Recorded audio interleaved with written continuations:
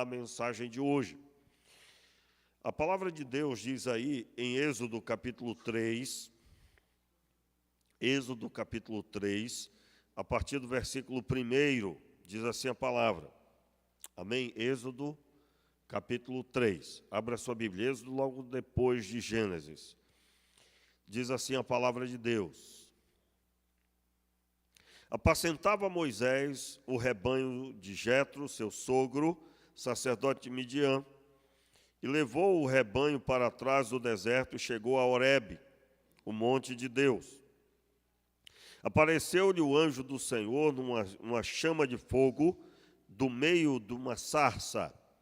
Moisés olhou e viu que a sarça ardia do fogo, mas a sarça não se consumia.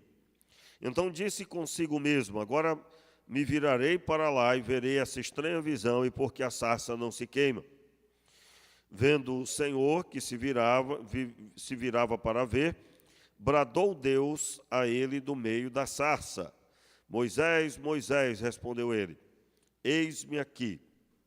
Continuou Deus, não te chegues para cá, tira as sandálias dos pés, pois o lugar em que estás é terra santa.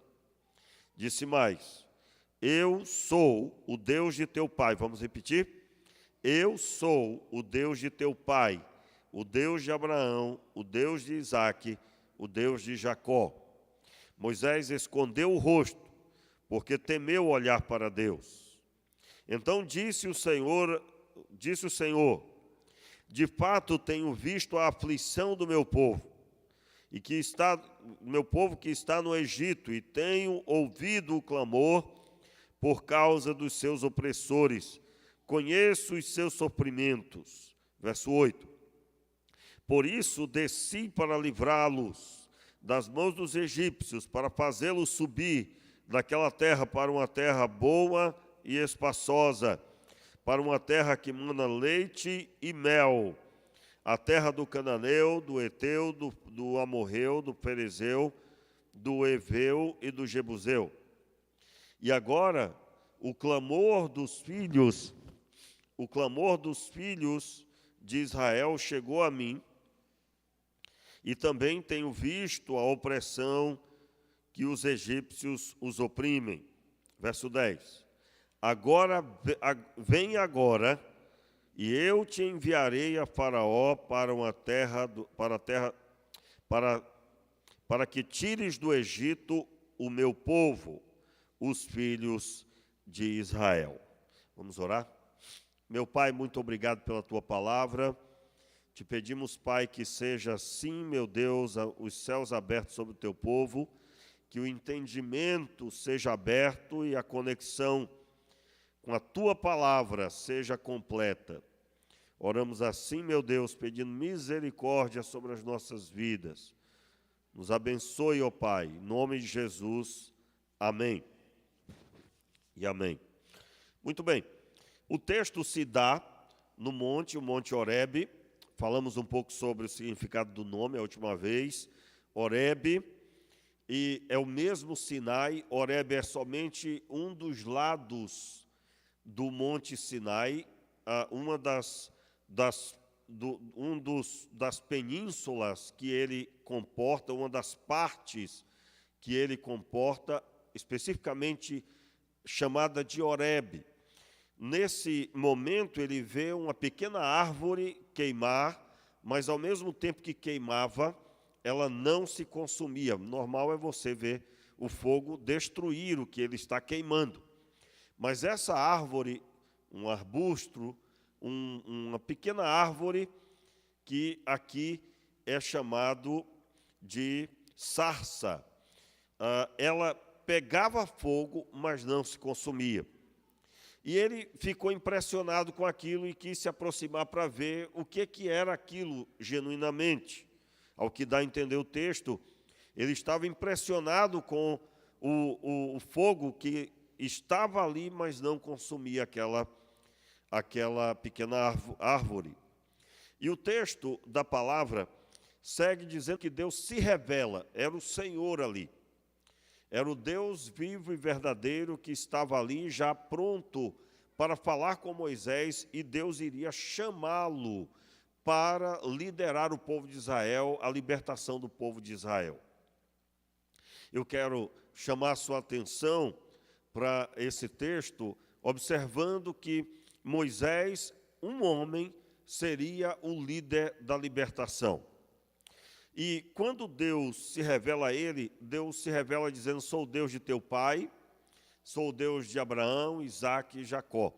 Isso tem um significado. Eu sou o Deus que tenho aliança com o povo que criei. Eu criei este povo do zero.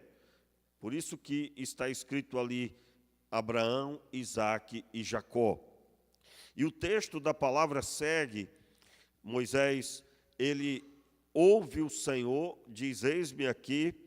Então o Senhor declara que vai libertar o povo, que tem ouvido o clamor do povo por causa da opressão dos egípcios.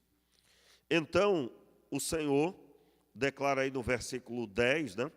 Vem agora e eu te enviarei a Faraó para que tires do Egito o meu povo, os filhos de Israel. E aqui nós falávamos, na quarta-feira passada, nós falávamos sobre esse assunto, dizendo que no texto, na ordem, havia uma missão prática, um alvo que era a caminhada do Horebe até o Egito, que em linha reta dá pelo menos 350 quilômetros, em linha reta, sendo que não é possível fazê-lo em linha reta. Mas você vai encontrar nos mapas disponíveis que dá 350 quilômetros e, é claro, você pode podendo chegar até 500 quilômetros por causa dos caminhos beirando o Mar Vermelho. Lembrando aí, irmãos, é chamado Mar Vermelho. Se você pudesse ver no mapa, você vai ver que é mar por causa da imensidão. É muito, muito imenso, ao ponto de ser confundido com o mar. Ele tem uma parte mais larga e uma parte mais estreita, porém muito extensa mesmo assim, de um lado para o outro, que fica mais próximo do Egito. E aí, nós até tem aquela história, né, que alguns acreditam, normalmente a mídia, né, vai levantar essas coisas, revistas e tal, que eles só passaram, quando eles foram libertos, eles passaram o Mar Vermelho, todos eles, porque havia a água baixava, né? Aí você vai ver a imensidão do Mar Vermelho, aí você diz: mas como é possível a imensidão dessa baixar tanto assim? E eles passaram em seco. Para todo mundo que defende isso, eu digo que é realmente um milagre isso acontecer, né? Mas o milagre mesmo é depois os egípcios terem sido mortos numas poças de água, né? Já que eram as poças, né, irmãos? Porque o texto diz que todos eles morreram, né? E morreram literalmente pelo impacto da água que caiu sobre eles. O impacto da água só ali naquela pancada já desmaia, já morre afogado. E todo o exército dos egípcios que foi na libertação deles, quando o êxodo chamado, a saída do povo de Israel, eles são mortos porque Deus ordena a Moisés que estenda o braço, estenda a vara sobre o Mar Vermelho, e o Mar Vermelho se fechou sobre eles. Então, esse mar estava também inserido, o Mar Vermelho estava inserido na ordem de Deus.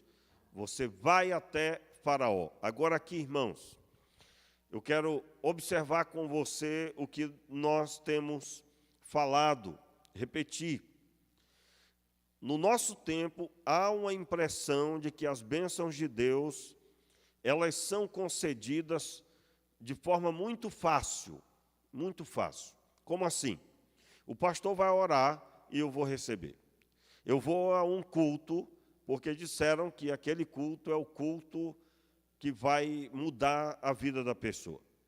E a pessoa cumpre ali todo aquele padrão, desprendido de uma caminhada de comunhão com Deus, É quando você entrevista a pessoa e ela quer muito ser abençoada, mas ela entende que ela precisa de uma igreja abençoada para ser abençoada.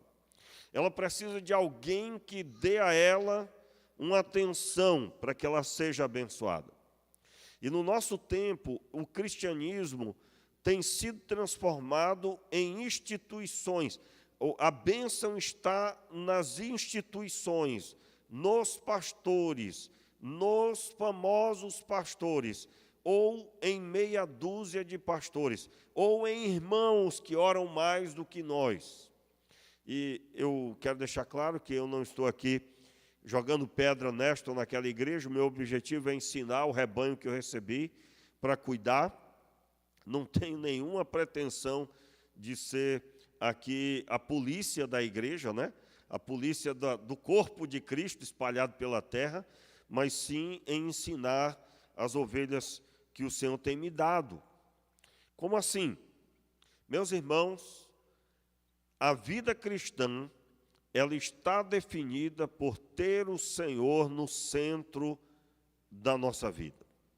É quando eu entrego a minha vida a Deus, no dia que eu aceitei a Cristo, eu entreguei minha vida ao Senhor, e a partir dali Ele me deu o Espírito Santo, e eu passei a ter uma caminhada com Deus, aonde eu não tenho Ele de vez em quando, mas sempre, 24 horas por dia, Deus está comigo. E eu sou chamado a andar como Jesus andou.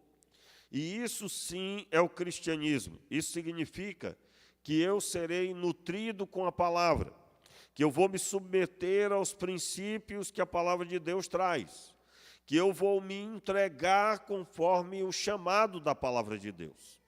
Você vai encontrar no texto de Lucas, inclusive narrei aqui há um tempo atrás, Lucas 18, que o chamado de Jesus aos discípulos era que eles orassem sem cessar. Orassem sem cessar. Isso significa que todo crente tem que ter como meta ter uma vida de oração. Isso não é para aquele irmão ou para o ministério de intercessão que a igreja tem.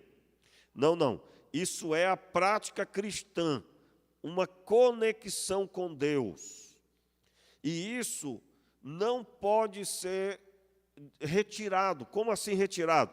Eu sei que eu não tenho uma vida de oração, mas não se faz nada para que se mude isso. Eu sei que eu tenho que ler a Bíblia todos os dias, mas eu não consigo, e fica por isso mesmo. Meu irmão, uma coisa eu tenho aprendido, eu posso ter dificuldade em alguma área, mas eu não me renderei enquanto eu não mudar e me adequar a Deus. Não é Deus que vai se adequar a mim, mas eu é que vou me submeter ao Senhor. E aí, nós temos no nosso tempo aquela famosa frase, lembra? Fulano está desanimado, pastor. Fulano está desanimado. Aí você vai procurar saber, a pessoa deixou de obedecer, parou de orar, parou de ler, parou de olhar para Cristo Jesus. E aí eu estou inserindo as várias possibilidades, e é claro, são imensas, né? E nós somos chamados a termos uma vida onde a obediência naquilo que Deus está nos ordenando, ela, muitas vezes, ela vai levar você ao sacrifício. O texto diz, vai agora a Faraó. Então, nessa palavra de Deus, tinha uma caminhada de pelo menos 500 quilômetros, dependendo da escolha dele. Nesse trecho aqui, há uma caminhada, e Moisés, depois você vai ver que ele vai juntamente com Arão, ao que dá a entender, eles se encontram no caminho, porque o próprio Deus diz, mais em seguida, que Arão está vindo. Arão, irmão de Moisés. Agora, siga aí no texto, o texto de Êxodo. Logo mais à frente, há um diálogo no capítulo 4, Deus falando com Moisés, convencendo Moisés de como que vai ser, convencendo mesmo, porque ele estava duro. O Senhor chama outro. No capítulo 4, depois Moisés volta ao Egito, então ele cumpre o que Deus mandou. Aí no capítulo 5, Moisés fala a Faraó. Mais à frente, Deus promete livramento. Depois, capítulo 7, Moisés fala outra vez a Faraó. Meu irmão, se você ler sem parar, você vai ver que teve muito empenho da parte de Moisés, muita paciência, porque o próprio Deus estava ordenando, e isso significava que ele teria que cumprir aquele padrão. Entenda bem, o que isso tem a ver com a nossa vida? Quando o Senhor disser ao seu coração, eu preciso que você busque a minha presença, você acha que isso compreende o quê? Qual a conduta que você deve copiar para que você saiba que você está buscando ao Senhor? Eu quero dar um exemplo aqui para você bem básico. Você descobre que precisa melhorar no seu casamento, que você está fazendo tudo errado no seu casamento, talvez na área financeira. Aí o pastor procura auxiliar e pergunta, né? O que é que você está fazendo para mudar isso? Aí a pessoa responde, pastor, eu estou orando. Aí eu pergunto de novo, né? Mas o que mesmo? Eu estou orando. Sério, você está orando? E depois? Aí a pessoa me responde que está orando. Veja bem, o problema é financeiro. Ela não sabe administrar. Ela está com problemas sérios e ela não sabe administrar, e isso está causando problema no casamento. É só orar, irmãos? É só orar? Não. A pessoa terá que procurar livros que falem sobre a administração financeira do lar. E tem uma infinidade. Ah, pastor, eu sou do tempo que a gente só lê a Bíblia. Eu digo, meu irmão, então, vamos lá, já que você quer ler, vai ficar só com a Bíblia eu quero deixar claro, irmãos, estou diminuindo a Bíblia não, mas ela não é um livro de finanças. Ela não é um livro para ensinar você finanças, tem princípios financeiros. Ela ensina sobre finanças de uma forma geral, mas ela não vai tratar, porque não foi o propósito da Bíblia isso. Um dia me perguntaram assim, pastor, por que não tem na Bíblia sobre os dinossauros? Eu digo, meu filho, não foi esse o propósito. Mas Gênesis não podia ter inserido lá, alguém poderia ter colocado. Por que Deus não colocou? Eu digo, olha só, a origem do texto de Gênesis, qual o objetivo do texto de Gênesis? Qual é, irmãos? Alguns vão dizer que é falar da origem do pecado. Outros vão dizer que é contar como tudo começou. Mas não. O objetivo do texto de Gênesis é contar a origem do povo de Israel. A origem do povo de Israel. Claro, tem um monte de assunto lá no meio, mas o principal é esse. Então, a Bíblia não é um livro para ensinar sobre a administração do lar. Você vai encontrar princípios sobre a administração. Vai ter com a formiga o preguiçoso, aprenda com a formiga, né? Vai ter com a formiga, aprenda com a formiga. Que no período da colheita ela colhe, e no período da seca ela tem pão para comer. Qual é o ensino ali? Você tem que ter uma reserva para o tempo mau, para o período mau, para o tempo difícil. Você precisa se preparar para o dia mau. Você vai encontrar princípios que trabalham as finanças, como, por exemplo, não ande com quem bebe demais, com quem come demais, porque essas pessoas, o seu futuro será a pobreza. O que o texto está dizendo em Provérbios? Está dizendo que se você anda, você vai terminar igual. Como assim? Quem come demais? Pessoa que tudo que faz só quer saber de comer, só quer saber de comer, e no caso lá, beber, e a bebida lá tem um ensino específico. Eu quero aqui dar um pequeno exemplo de que, se você você entendeu o que vai acontecer, Deus está te chamando para um conserto na área financeira para abençoar a sua casa, você terá que procurar especialistas. E hoje está fácil, você pode acessar no YouTube, pessoas que têm livros renomados, livros famosos, que explicam a respeito disso, né? Você poderá fazer isso e poderá se aprofundar no assunto. Veja bem, se você ficar só orando e não agindo para suprir a necessidade, você está terminantemente errado. Pastor, eu quero aprender a orar. Então você vai pegar e vai ler todos os textos que tem oração e observar as características. Se você não tem a Bíblia Thompson, que tem pelo menos 3 páginas, de 3 colunas cada uma, de estudos sobre oração, você ali poderá estudar sobre oração. Mas por quê, pastor? Porque eu sinto que Deus quer que eu ore mais do que eu tenho orado. Então, se Deus quer que você ore mais, você tem que saber o que significa isso na Bíblia.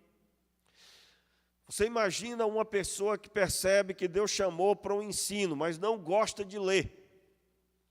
Para essa pessoa, o meu conselho é: ore a Deus para Deus te dar amor pela leitura, porque você não vai cumprir o chamado sem ler.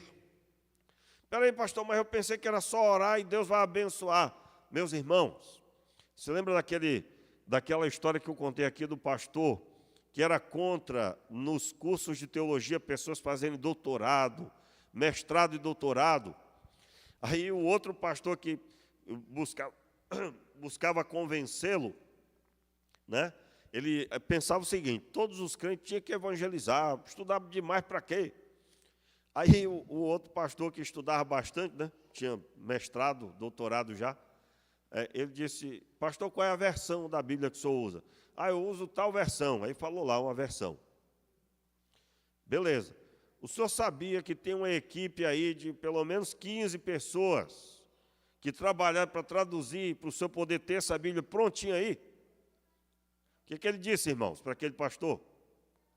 Se não houvesse pessoas que estudaram um pouco mais, o senhor não teria esse texto que o senhor tem hoje aí.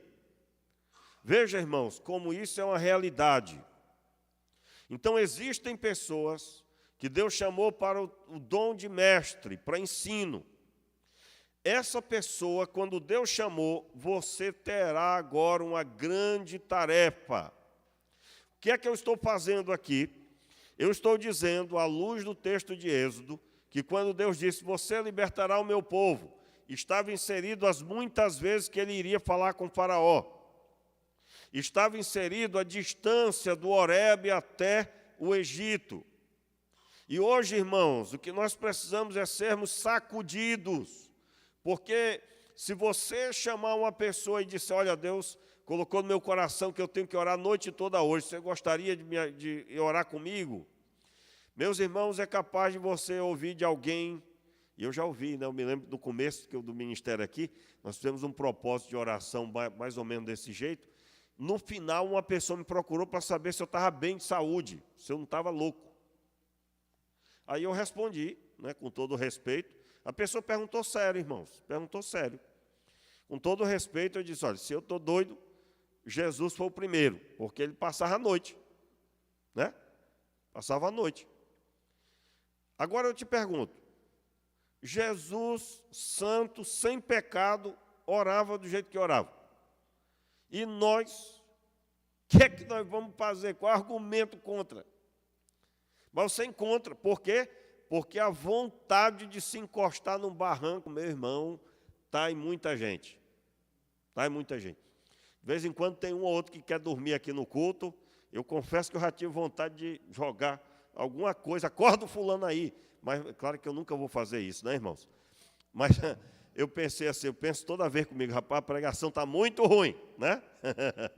Para conseguir dormir. Mas o que eu quero dizer é que para cumprir as coisas de Deus, isso vai despender esforço. E nós precisamos, irmãos, de realmente sermos chacoalhados por Deus, porque nós estamos vivendo uma geração que a pessoa, quando começa a cumprir o que Deus mandou, ela acha: rapaz, eu não creio não, meu Deus do céu, mas como assim? Meu joelho já está doendo. E esse pastor ainda está dizendo que a gente tem que fazer isso e aquilo outro. Meus irmãos, se você não tem prazer na oração, você pode estar morto espiritualmente e não sabe. Eu estou dizendo para você. Já estou lhe avisando. Vá logo. Peça para Deus restaurar você. Porque para pensar. Deus é o Deus Todo-Poderoso, Criador dos céus e da terra. Nele há todo o poder, na sua mão há todo o poder. Não tem muito não, irmãos, é todo. todo. Ele não nasceu, ele não é infinito, ele é eterno. A diferença é que as coisas que iniciaram podem ser infinitas, mas Deus não tem começo e nem fim. Então, ele é eterno.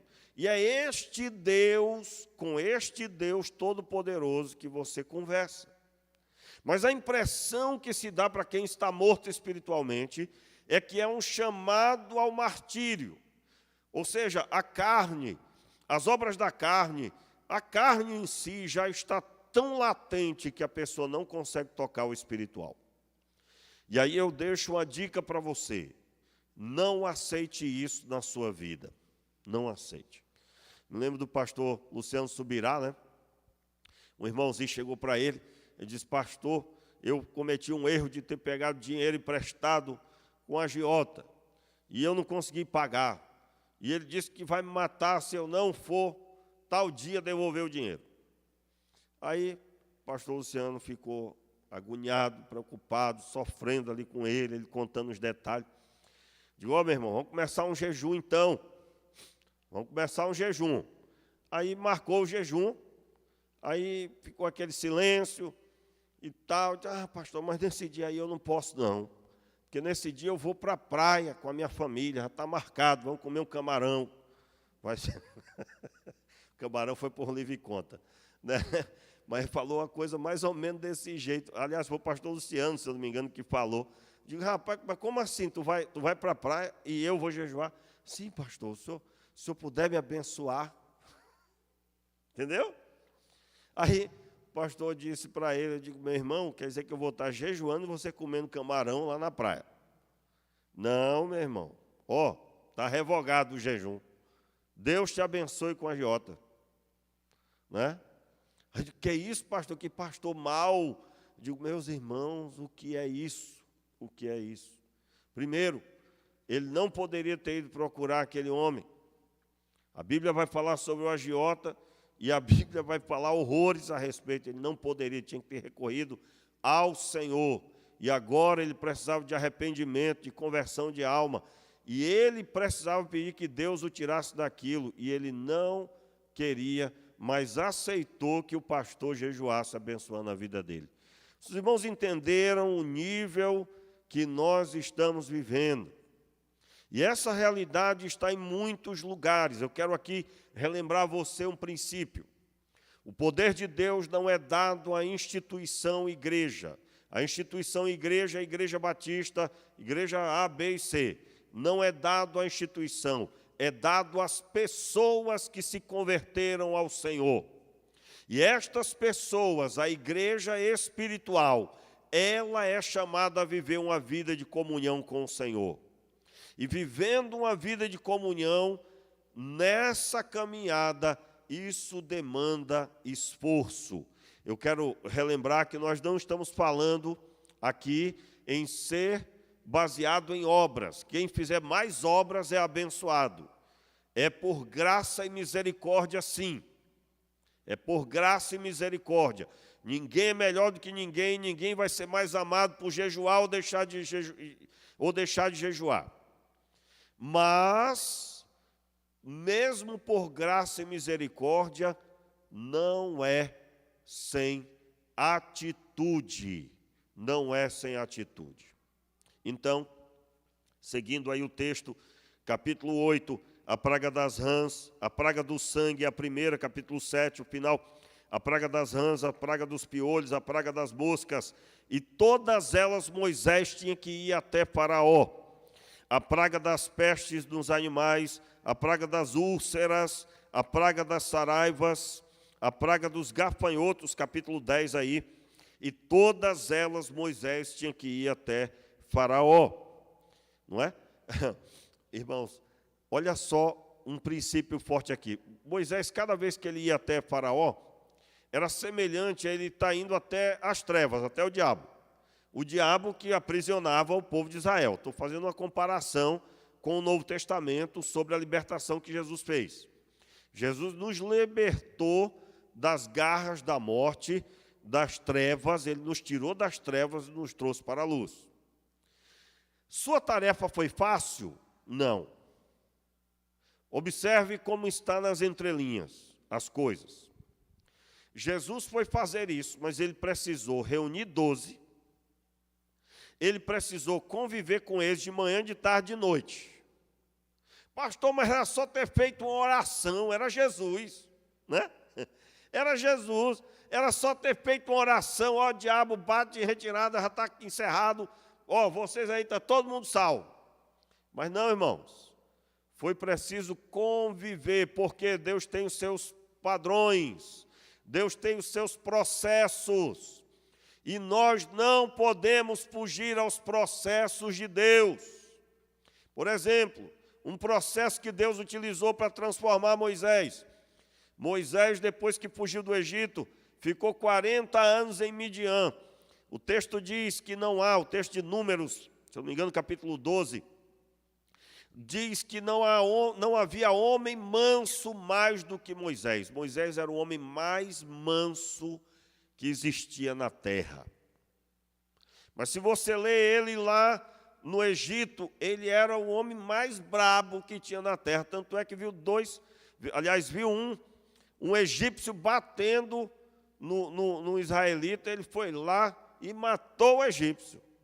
E ainda enterrou o homem, está enterrado, peixeira para cima.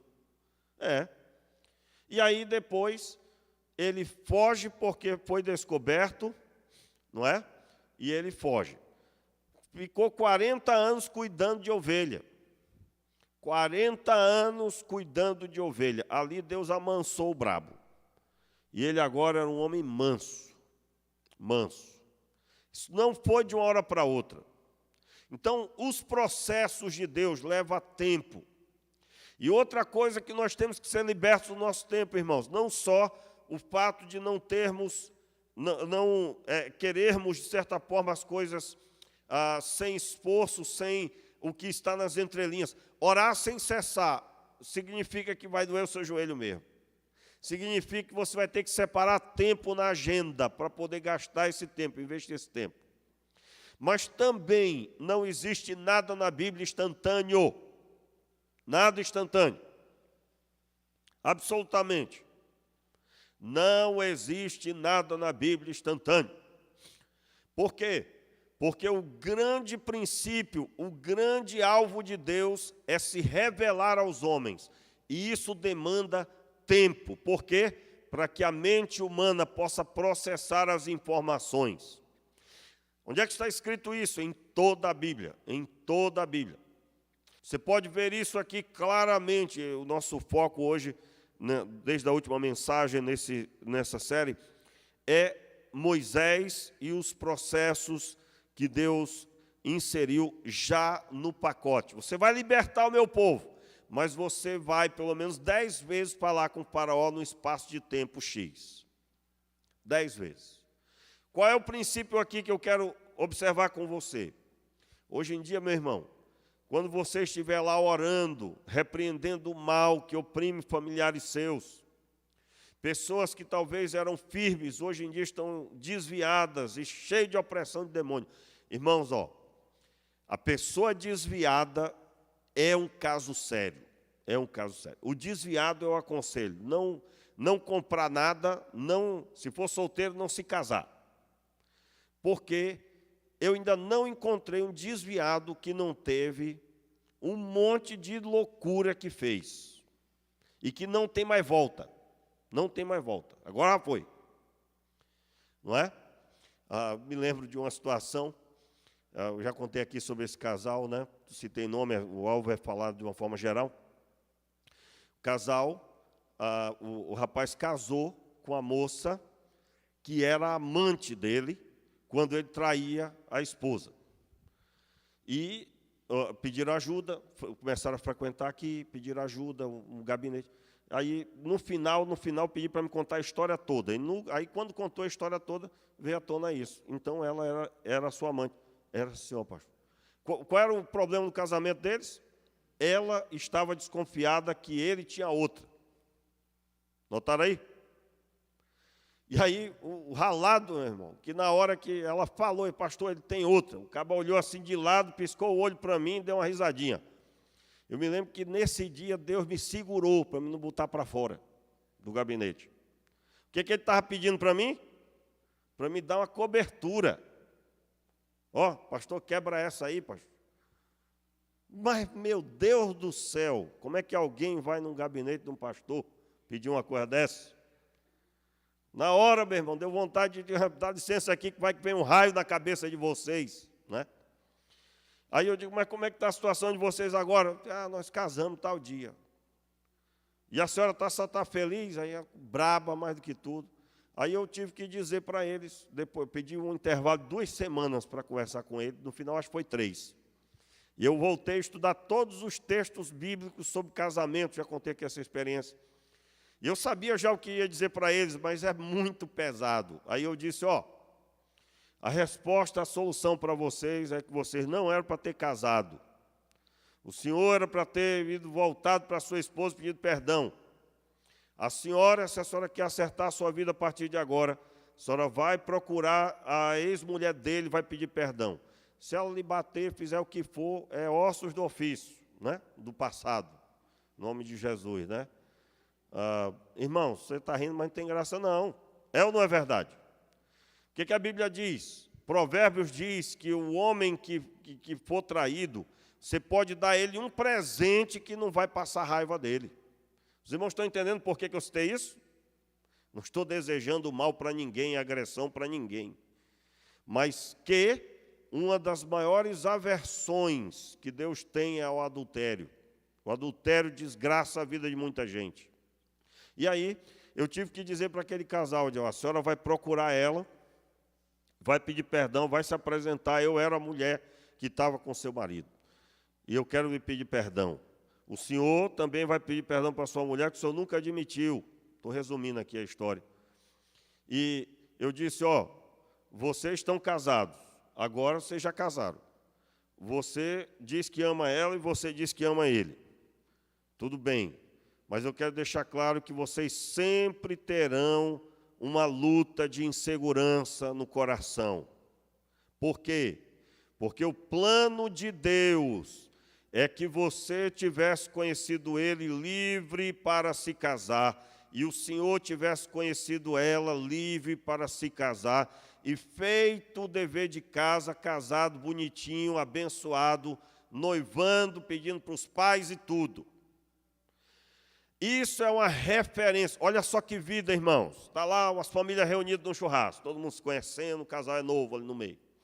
Aí todo mundo tirou para dizer como é que tudo começou. Não tem? Os irmãos são casados aí, não tem essas coisas? Você está lá conversando com os amigos, aí de repente um contou como é que conheceu. Esse casal nunca poderá contar, nunca poderá contar. É ou não é verdade? Nunca vai poder, irmãos. Pastor, mas quebra essa aí, pastor. Coitadinho deles. Meu irmão, presta atenção. Os princípios da palavra de Deus não podem ser quebrados, você goste ou não. Mas, pastor, eles, coitadinho, pastor. Meu irmão, você está com pena, meu irmão. Você presta atenção, a maior instituição é a família. A Bíblia diz, digno de honra entre todos seja o matrimônio. Ou seja, o que nós devemos ter por maior honra no nosso meio é o matrimônio. O que significa isso? Fulano é casado com ciclano. Eu, na minha agenda do meu celular, eu normalmente faço assim, né? Tipo, Flávio. Aí eu ponho Flávio da Jaqueline. Aí o telefone da Jaqueline. Jaqueline do Flávio. Esse é um princípio do Casados para Sempre, né? Todo mundo que é Casados para Sempre, fez o curso, a gente sempre se apresenta assim nas programações. Mas eu utilizo para me referir às pessoas, né? Elias da Deise, aí vai. E vice-versa, né? Porque eu entendo que isso é um princípio maravilhoso de Deus, irmãos. Isso é uma coisa boa. Toda vez que eu ligo para o irmão Beltrano, eu olho lá. Ele é da fulana e fulana é do Beltrano, seja qual for o nome. Não é todo mundo, que também tem que ter tempo para fazer, né? Mas eu vou mudando o nome conforme. Tem alguns que eu mudo depois porque se casou. O Gessé, por exemplo, eu mudei pouco tempo depois que ele casou, e aí eu coloquei lá dessa forma. Mas assim, O que eu estou dizendo para você é que, na obediência, você vai ter que se esforçar, e há algumas coisas que não têm conserto. Ó, irmãos, poucos pastores têm coragem de falar o que eu estou falando. Por quê? Porque os pregadores do nosso tempo estão se convertendo a um negócio que tem que dar jeito para todo mundo. Pastor, eu adulterei com alienígena. Ah, está uma bênção. Né? Uma bênção. Não existe alien, né, irmãos? Mas você entendeu. Ou seja, uma coisa louca aí. Aí o pastor vai orar e vai abençoar. Não, irmão, essa briga aí não é minha, não.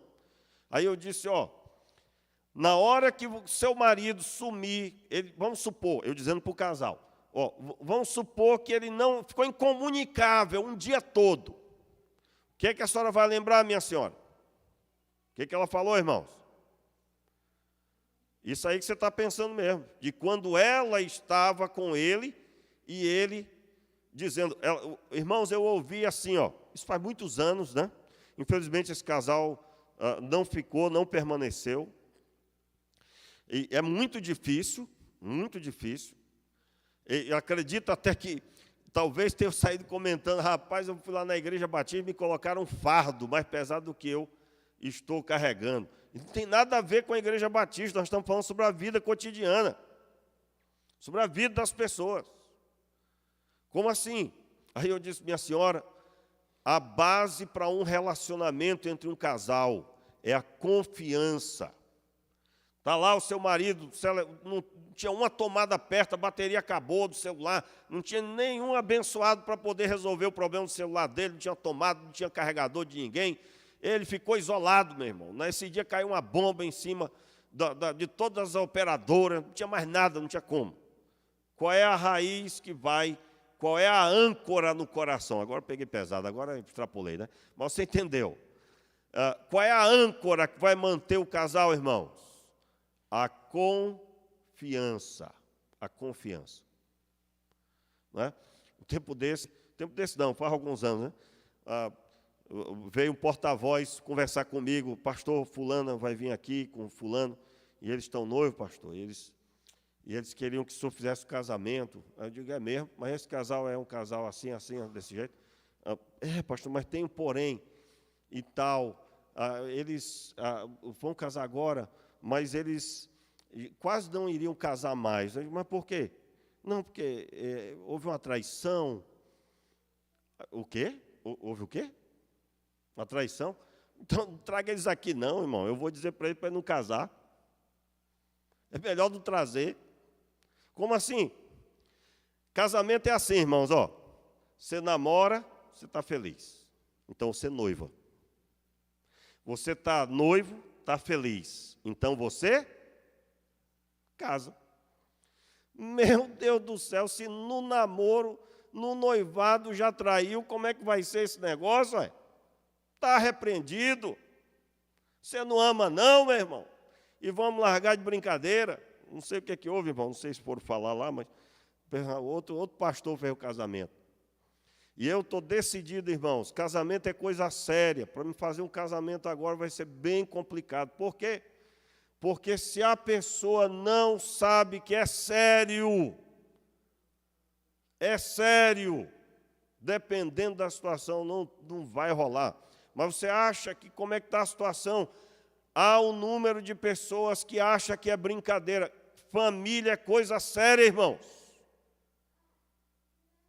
Diga bem aí, meu irmão. Tenha medo não, não é? É sério ou não é? Então já está no pacote que você vai ter que trabalhar, vai ter que produzir, vai ter que se esforçar. E uma das bandeiras que nós temos que levantar nesse tempo, nós precisamos levantar a bandeira, irmãos, que família é coisa séria. E não adianta se dobrar. Mas se a gente fizer assim, pastor, meu Deus. Quero deixar claro, irmão, se a pessoa veio do mundo, ou a pessoa até mesmo na igreja fez tudo errado, mas já se arrependeu, se consertou, permaneça como está. O que nós não podemos é dar a impressão de que qualquer coisa serve. Irmãos, Cristo nos chama a vir como estamos, Mas depois que conhecemos Ele, nunca mais seremos a mesma pessoa, porque Ele vai transformar as nossas vidas. E essa transformação não é para ser um bom batista, não, porque Deus, quando olha para a gente, não vê a denominação, vê a pessoa do Filho, se tem ou não de verdade na vida. Nós somos reconhecidos não pela denominação, mas pelo sangue do Cordeiro que foi derramado por nós, e nós já fomos purificados com seu sangue. E estamos em Deus, e se viermos a pecar, estamos todos os dias sendo assediados para cair. Nós vamos nos lavar no sangue, nos purificar no sangue, e o Senhor Deus há de nos receber novamente. E aí eu encerro observando um texto no Novo Testamento, rapidamente, irmãos, porque eu ia falar domingo pela manhã, nós não teremos atividade, mas eu gostaria que você abrisse aí, para encerrar, o texto de 1 Coríntios, capítulo 10. 1 Coríntios, capítulo 10, você vai ver o que eu estou falando. Olha só, eu falei dos processos, eu disse que tudo de Deus demanda tempo, e especificamente com o povo de Israel aqui havia um propósito. Veja bem, se você estudar o texto, você vai descobrir que Deus deixou o povo de Israel 430 anos de propósito aprisionado no Egito. Foi de propósito. Deus sabia que eles seriam oprimidos ali e deixou 430 anos de propósito. Qual era o objetivo? O objetivo de Deus era chamar a atenção de todas as nações para a nação de Israel. Todas as nações. Todas as nações sabiam já que existia um povo cativo no Egito. Por quê? Porque Deus, quando os libertasse, tudo que Deus fizesse na vida deles seria pregado às nações. Seria conhecido por todas as nações. Deus utilizou de Israel para falar dele às nações. E aí, observe como o que nós estamos vendo é uma realidade. Capítulo 10, verso 1. Quando se encontrar, digam amém. Diz assim o texto: Irmãos, não quero que ignoreis que nossos pais estiveram todos debaixo da nuvem, todos passaram pelo mar. Está falando de Êxodo, está falando da saída do povo. Todos foram batizados em Moisés na nuvem e no mar. Nuvem e no mar, os irmãos sabem que se trata. O Senhor Deus os guiava com uma nuvem, Ele estava na nuvem, Deus guiava eles pelo deserto. E à noite era uma coluna de fogo. Muito bem, continuando. Verso 3. Todos eles comeram a mesma comida espiritual e beberam a mesma bebida espiritual, pois bebiam da pedra espiritual que os seguia. A pedra era Cristo. Enfim, aqui tem profundo entendimento a respeito, mas basicamente Deus estava com eles e Deus os salvaria. O Cristo aí é Salvador, Messias. Versículo 5.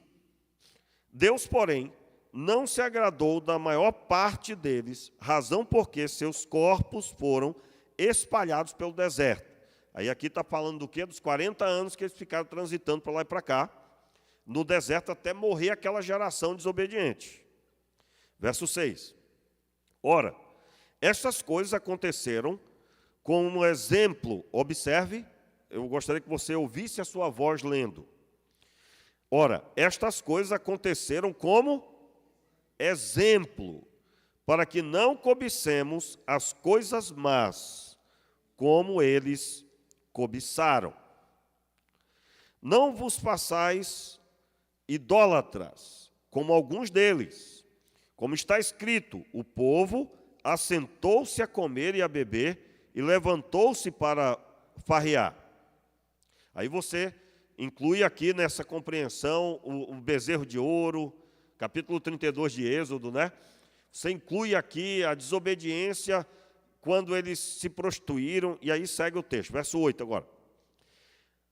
Não nos prostituamos como alguns deles fizeram e caíram num só dia, 23.000. Não tentemos o Senhor como alguns deles também tentaram e foram mortos pelas serpentes. E não murmureis, como também alguns deles murmuraram e pereceram pelo anjo destruidor. Aí você está sabedor de tudo que aconteceu. Verso 11. Todas estas coisas lhes aconteceram como exemplo. Exemplo para quem, irmãos? Para os crentes. Aqui está sendo dito para Corinto, mas é para todos os crentes. Então veja bem, ó, olhe para mim aqui, só um instantinho. Deus, quando fez tudo isso, e isso tinha um processo que demorou tempo, Ele fez porque Ele tinha um propósito. Eu e você, quando lêssemos a história deles, entenderíamos. Isso aqui não é para fazer. Isso aqui também não. Não, isso aqui está fora de cogitação. Não, isso aqui, ó, top. Vamos lá? Show. Então, Deus tem um processo. Agora, entenda bem aí. Agora, corra não. Olha, né? Corra não, preste atenção. Aí está Deus olhando para você. E Ele vem ministrando no teu coração há anos. E Ele vem falando o que Ele quer. Meu servo, faça isso. Meu servo, quero você orando.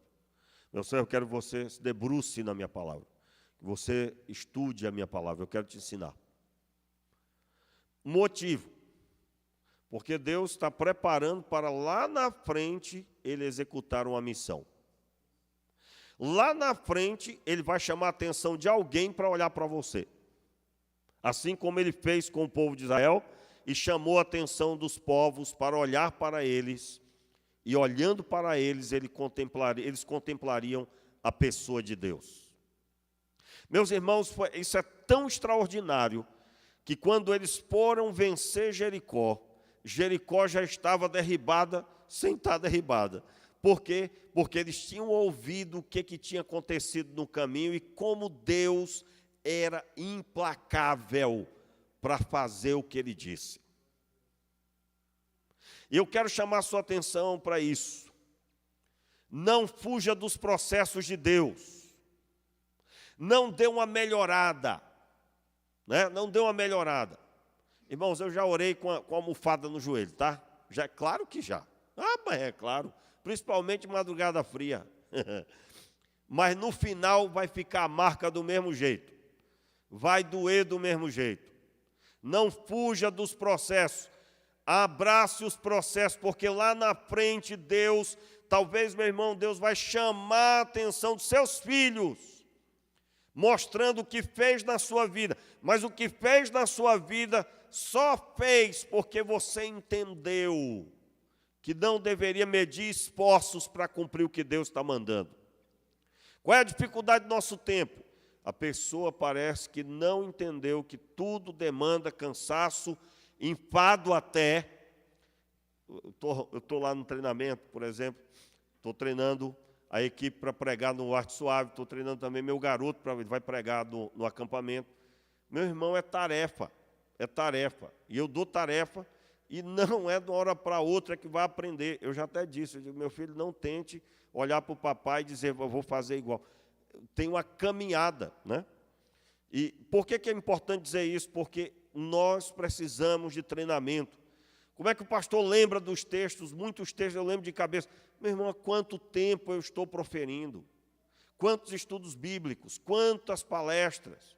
Então, qual a sua situação? Você é uma pessoa normal, você só tem que decidir os processos.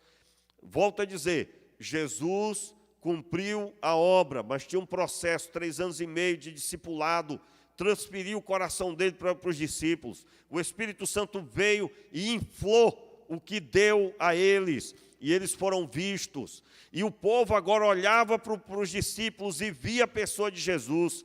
Tanto é que eles ficaram conhecidos como cristãos, porque o que eles faziam lembrava a pessoa de Jesus. Mas isso só acontece com quem submete aos processos.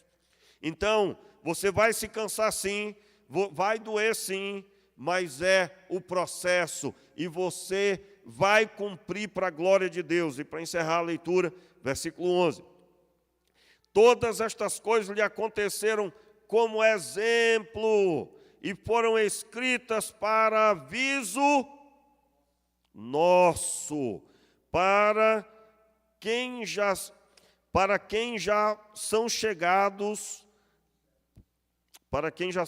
os fins dos séculos. Aquele, pois, que pensa estar em pé, cuide para que não caia. Esse texto aqui tem que ser lido com essa leitura completa, tá, irmãos? Aquele, pois, que pensa estar em pé, cuide para que não caia. Como assim? Não caia como caiu o povo de Israel no pecado da murmuração. Meu irmão, murmuração é um negócio sério. A pessoa reclama de tudo, meu irmão. E tem sol, e o sol está quente demais, e esse frio que não se acaba. Aí, se Deus fosse ouvir a gente, meu irmão, como é que ia ser o clima, né? Misericórdia. Graças a Deus, nós não somos Deus, né? Graças a Deus, Deus é Deus, e Deus, na sua paciência e governo, faz tudo certinho. Eu quero chamar a sua atenção, o texto é claro, tudo isso foi deixado como exemplo, e aí nós estamos observando que o exemplo destes homens, e eu nem inseri que a altura do Monte Sinai, até 2.000 e quebrado, se eu não me engano, a altura, aonde que Moisés estava, e ele teve que descer, depois subir de novo, e Deus mandou, meu irmão, Deus mandou. Então, o preguiçoso, né? No nosso tempo, se ele ouvir determinadas coisas semelhantes a essa, rapaz, só pode ter sido a voz do diabo, né? É a voz do diabo. Porque a voz de Deus, ela toda vez que era endereçada, você tinha uma tarefa, meu irmão, pela frente. Tinha uma tarefa. E eu quero convocar você, fique de pé no seu lugar, a você aceitar. Você vai lutar contra essa cultura. Que tudo é rápido, né? Tudo micro-ondas, né? O evangelho micro-ondas. Colocou lá, pipoca, irmão, ou pipoca cheirosa do micro-ondas. Mas eu digo a você, meu irmão, ali tem tanto produto químico. Eu lembro eu vi uma pessoa que pegou um palito de fósforo no tempero, colocou aquilo, pegou fogo que nem pólvora. É gostoso, né? É bom agora.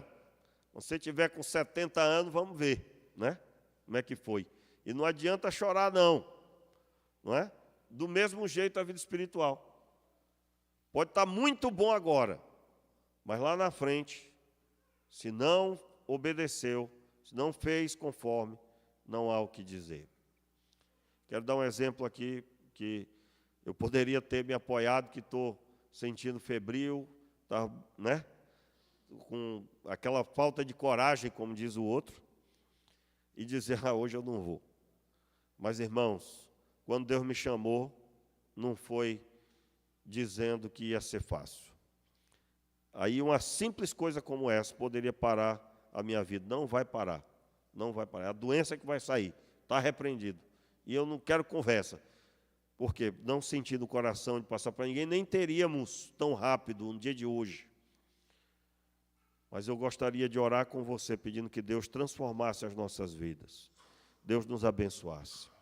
Meu Pai, nos ajude, Senhor, a romper com o eu, com a vontade própria. Nos ajude, Senhor, a romper com os pensamentos humanos, com as negociações, com o jeitinho, Senhor, que nós queremos dar em todos os problemas. Nós sabemos que haverá problemas que não terão solução, situações que foram criadas pelo homem, que não tem mais volta, mas que os processos do Senhor, quando aderidos, eles nos livram do mal.